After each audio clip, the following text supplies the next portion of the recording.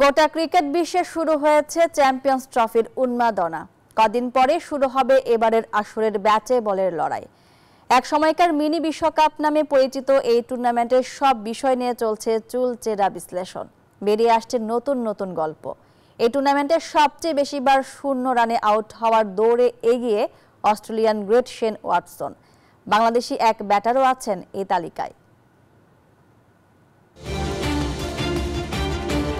যে কোনো টুর্নামেন্ট নিয়ে আলোচনা করতে গেলে সবার আগে খুঁজে বের করা হয় রান বা উইকেট শিকারের দিক দিয়ে কোন ক্রিকেটার সেরা, কোন ক্রিকেটার ব্যর্থ অথবা কোন ব্যাটার সবচেয়ে বেশিবার শূন্য রানে আউট হয়েছেন তা জানার আগ্রহ খুব কমই থাকে সাধারণ মানুষের। কিন্তু আমরা এবার শোনাবো চ্যাম্পিয়ন্স ট্রফির মঞ্চে কোন কোন ব্যাটার সবচেয়ে বেশিবার ডাক মেরেছেন। আইসিসির এই মেগা ইভেন্টে ডাকের দিক দিয়ে চ্যাম্পিয়ন অস্ট্রেলিয়ান শেন ওয়াটসন। মোট 15 ইনিংসে 4 বার ডাক মেরে বিশ্ব রেকর্ড গড়েছেন এই ক্রিকেটার। এই তালিকায় আছেন বিশ্বের আরও নামিদামি ব্যাটাররাও।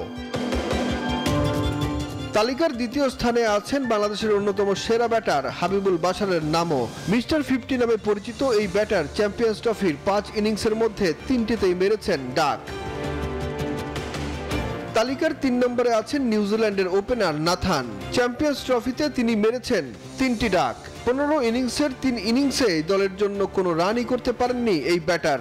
পাকিস্তানি অলরাউন্ডার শোয়েব মালিক 18 ইনিংসে মেরেছেন 3 ডাক। তালিকার সবার শেষে আছেন শ্রীলঙ্কান কিংবদন্তি সনাথ জয়সূরিয়া। দলের পক্ষে মোট 20 বার ব্যাট হাতে মাঠে নেমে 3 বার আউট হয়েছেন কোনো রান না করেই। সুখন সরকার, নিউজ 24।